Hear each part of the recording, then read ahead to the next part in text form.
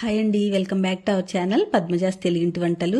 ఈరోజు నేను ఈ వీడియోలో మైదా అస్సలు వాడకుండా గోధుమ పిండితో గవ్వలు చేసి చూపిస్తాను. ఇదైతే చాలా ఈజీగా చేసుకునే రెసిపీ అండి. స్వీట్ తినాలనిపించిన పిల్లలకి ఈవినింగ్ స్నాక్ లాగా కానీ ఒకసారి చేసి పెట్టేసుకున్నామంటే 15-20 డేస్ వరకు కూడా హ్యాపీగా ఎంజాయ్ చేయొచ్చు. ఫస్ట్ టైం చేసుకునే వాళ్ళకి కూడా ఈజీగా అర్థమయ్యేలాగా కప్పు కొలతతో చూపిస్తాను. దీనికోసం ముందుగా పిండి కలుపుకోవటానికి వెడల్పాటి పళ్ళెం కానీ గిన్నె కానీ తీసుకుని దానిలోకి ఇప్పుడు నేను చూపిస్తున్న కప్పుతో 3 కప్పుల వరకు గోధుమ పిండి తీసుకున్నాను. గోధుమ పిండిని ఒకసారి జల్లించి తీసుకోండి. దీనిలోకి 4 స్పూన్ల వరకు బొంబాయి రవ్వ వేస్తున్నాను. సూజీ అంటాం కదా, ఉప్మా రవ్వ, అది వేస్తున్నాను. ఇది వేయటం వల్ల గవ్వలు కాస్త గుల్లగా వస్తాయి. 1/2 టీ స్పూన్ ఉప్పు వేసుకుని ఈ రెండింటిని పిండిలో బాగా కలుపుకోవాలి. ఆ తర్వాత 3 టేబుల్ స్పూన్ల నెయ్యిని వేడి చేసుకుని ఆ వేడి నెయ్యిని ఈ పిండిలో వేసుకుని పిండినంతటిని చేత్తో బాగా గట్టిగా ప్రెస్ చేసుకుంటూ కలుపుకోవాలి. ఈ నెయ్యి అంతా కూడా పిండిలో కలిసిపోవాలన్నమాట. మనం ఒకసారి చేత్తో ప్రెస్ చేసుకుంటే ఇలాగా ఉండలాగా రావాలన్నమాట. చూడండి, వీడియోలో చూపిస్తున్నాను కదా అలా. ఇప్పుడు కొద్దిగా నీళ్ళని వేసుకుంటూ చపాతీ పిండి కంటే కూడా గట్టిగా కలుపుకోవాలి. అలా కలుపుకుంటేనే మనం గవ్వలు చేసేటప్పుడు ఆ పీటకి అంటుకోకుండా వస్తాయి అన్నమాట ఈజీగా. చూడండి, ఇలా గట్టిగా కలుపుకుని ఒక అరగంట వరకు మూత పెట్టుకుని ఈ పిండిని నాననివ్వాలి. అరగంట సేపు నానిన తర్వాత ఈ పిండి కాస్త సాఫ్ట్గా అవుతుంది. దీన్ని మళ్ళీ ఒకసారి చక్కగా చేత్తో ప్రెస్ చేసుకుంటూ మొత్తం మిక్స్ చేసుకోవాలి. ఇప్పుడు ఈ పిండిని కొద్దిగా తీసుకుని చిన్న బాల్స్ లాగా చేసుకుని బాల్స్ అన్ని ప్రిపేర్ చేసుకున్న తర్వాత గవ్వల చెక్క తీసుకుని దానికి కాస్త ఆయిల్ అప్లై చేసుకోవాలి. ఆయిల్ అప్లై చేసుకోవటం వల్ల పిండి ఈ చెక్కకి అంటుకోకుండా ఉంటుంది. ప్రతిదానికి ఏం అవసరం లేదు.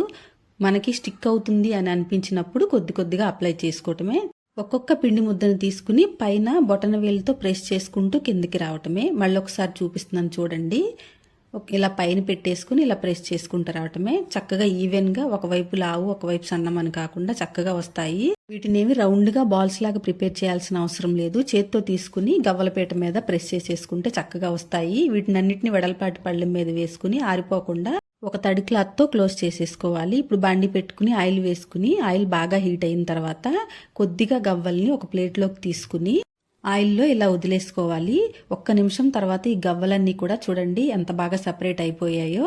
ఇప్పుడు ఫ్లేమ్ని సిమ్లో పెట్టుకుని ఈ గవ్వలన్నిటిని కూడా నిదానంగా వేయించుకోవాలి. లేకపోతే పైన కలర్ వచ్చేస్తాయి, లోపల సాఫ్ట్గా ఉంటాయి అన్నమాట.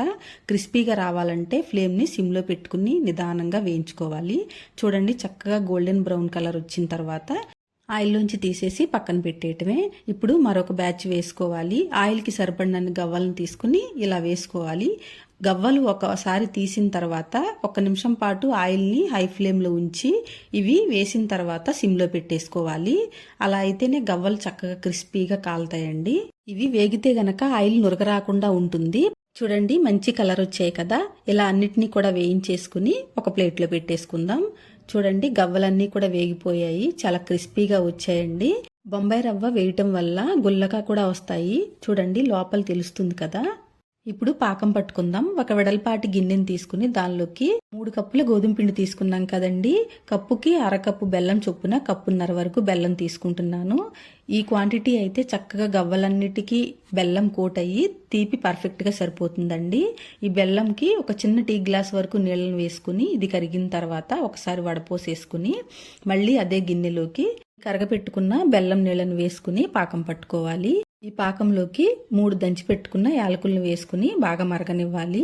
చూడండి, దగ్గర పడుతుంది కదా, ఒకసారి చెక్ చేద్దాము పాకం వచ్చిందో లేదో. ఒక ప్లేట్లోకి వాటర్ తీసుకుని దానిలో కొద్దిగా పాకం వేసుకుని చూడండి, ఇది ఇంకా ప్లేట్కి స్టిక్ అవుతూ ఉంది, ఇంకా రాలేదన్నమాట.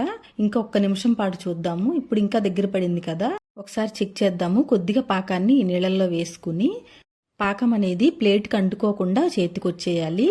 చూడండి, వీడియోలో చూపిస్తున్నట్లు చేత్తో ప్రెస్ చేస్తే సాఫ్ట్గా ఉండాలి. ఉండపాకం కంటే కూడా కాస్త ముదురు పాకం అన్నమాట.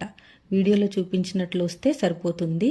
ఫ్లేమ్ని సిమ్లో పెట్టేసుకుని స్టవ్ ఆఫ్ చేసుకోకూడదండి. ఇప్పుడు మనం ఫ్రై చేసుకున్న గవ్వలన్నిటినీ వేసుకుని మొత్తం పాకం అంతా కూడా ఈ గవ్వలకి పట్టే వరకు మిక్స్ చేసుకుంటూ ఉండాలి.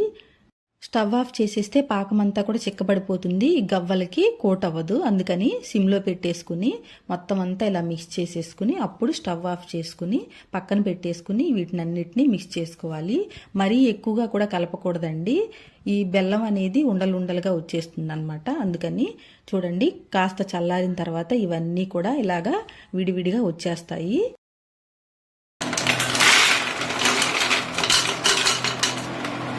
ఇవి చల్లారిన తర్వాత ఒక ఎయిర్ టైట్ కంటైనర్లో పెట్టుకుంటే 15-20 డేస్ వరకు నిల్వ ఉంటాయి. కానీ అన్ని రోజులైతే ఉంచరు మన ఇంట్లో, అంత బాగుంటాయి అన్నమాట. ఎలాగో చేస్తున్నాం కాబట్టి కాస్త ఎక్కువ క్వాంటిటీ చేసుకుంటేనే బెటర్. చూస్తుంటేనే తినాలనిపిస్తుంది కదా. మన టేస్టీ గోధుమ పిండితో బెల్లం గవ్వలు రెడీ అయిపోయాయి. మీరు కూడా నేను చూపించిన కొలతలతో ఒక్కసారి ట్రై చేసి ఎలా వచ్చాయో కామెంట్ చేయండి. నచ్చితే గనక లైక్ చేయండి, షేర్ చేయండి, మన ఛానల్కి సబ్స్క్రైబ్ చేసుకుని సపోర్ట్ చేయండి.